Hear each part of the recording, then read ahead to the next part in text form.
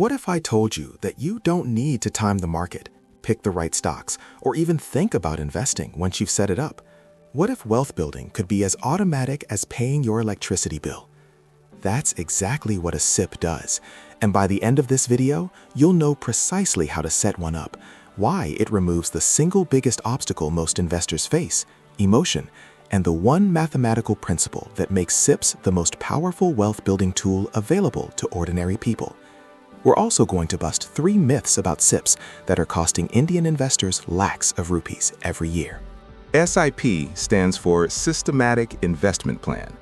At its simplest, a SIP is an instruction to your broker or fund house to automatically invest a fixed amount of money on a fixed date every month into a fund of your choice.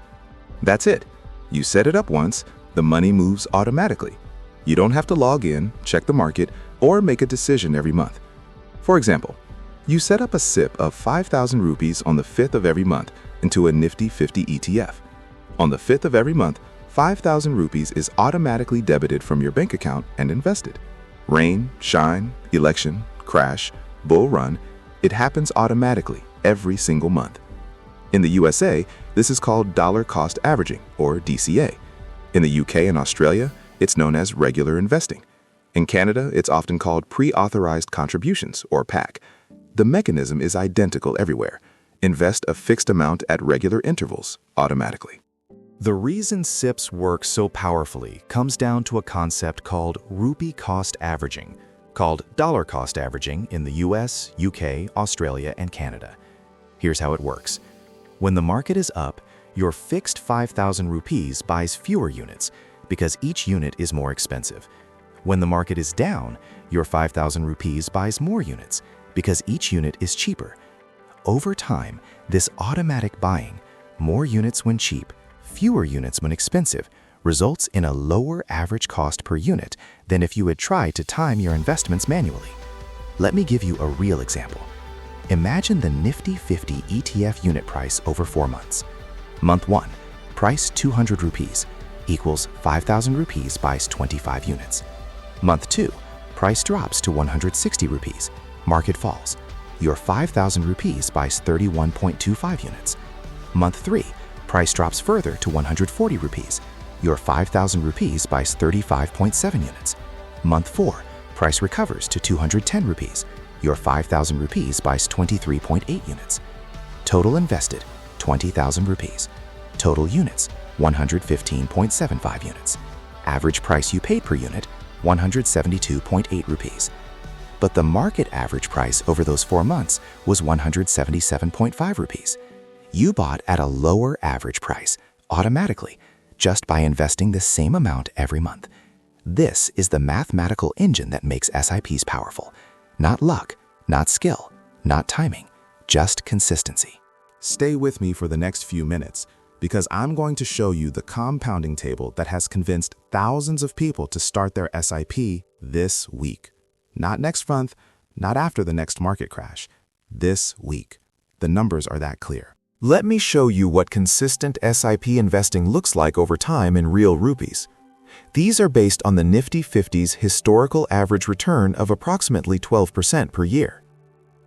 5,000 rupees per month, less than 167 rupees per day. After 10 years, you invest 6 lakh rupees. You get 11.6 lakh rupees. Profit 5.6 lakh rupees. After 20 years, you invest 12 lakh rupees. You get 48 lakh rupees. Profit 36 lakh rupees. After 30 years, you invest 18 lakh rupees. You get 1.76 crore. Profit 1.58 crore. 10,000 rupees per month. After 10 years, 12 lakh rupees invested to 23.2 lakh rupees. Profit 11.2 lakh rupees. After 20 years, 24 lakh rupees invested to 96 lakh rupees. Profit 72 lakh rupees. After 30 years, 36 lakh rupees invested to 3.49 crore. Profit 3.13 crore. Notice something important. In the 30-year scenarios, over 87% of the final corpus is pure profit, money generated by compounding, not by your own deposits. The longer you run the SIP, the more the market does the work for you. The rule is simple. Start early, invest consistently, never stop. Setting up a SIP in India takes less than 5 minutes if you already have a demat account. Here's exactly how. Step 1. Open your broker app. Zerodha, Gro, Angel One, or Upstocks. If you don't have an account yet, search ETF Investing for Beginners on the Grow Your Wealth channel. We covered exactly how to open one. Step 2. Search for your chosen ETF. For most beginners, start with Nippon India Nifty Bs or SBI Nifty 50 ETF. Both have expense ratios under 0.10%. Step 3. Select SIP or recurring investment option. Enter your monthly amount. Minimum is 500 rupees on most platforms. Step 4. Choose your SIP date. Pick a date 2 to 3 days after your salary credit date, so your account always has funds available. Step 5. Set up AutoPay. Link your bank account for automatic debit. Most brokers support UPI AutoPay or Notch mandate. That's it. You're done. The SIP runs automatically every month without any action from you.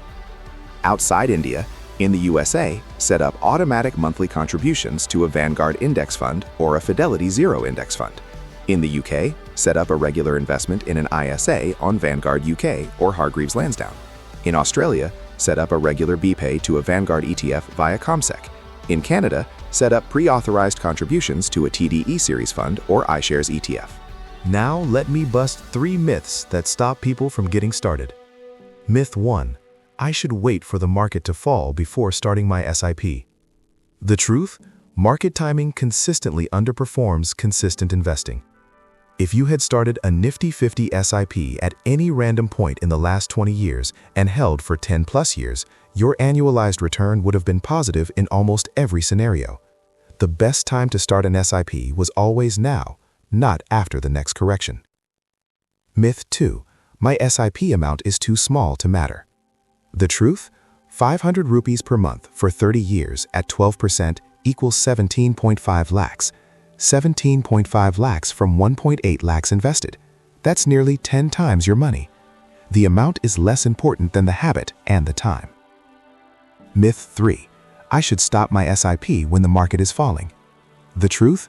This is the worst thing you can do. A falling market means you are buying more units for the same money. Stopping an SIP during a crash means missing exactly the period where SIPs work best, buying cheap units that will be worth far more when the market recovers. One more powerful concept, the step-up SIP, also called a top-up SIP. A step-up SIP automatically increases your SIP amount by a fixed percentage each year, usually 10 to 15%, in line with your salary growth.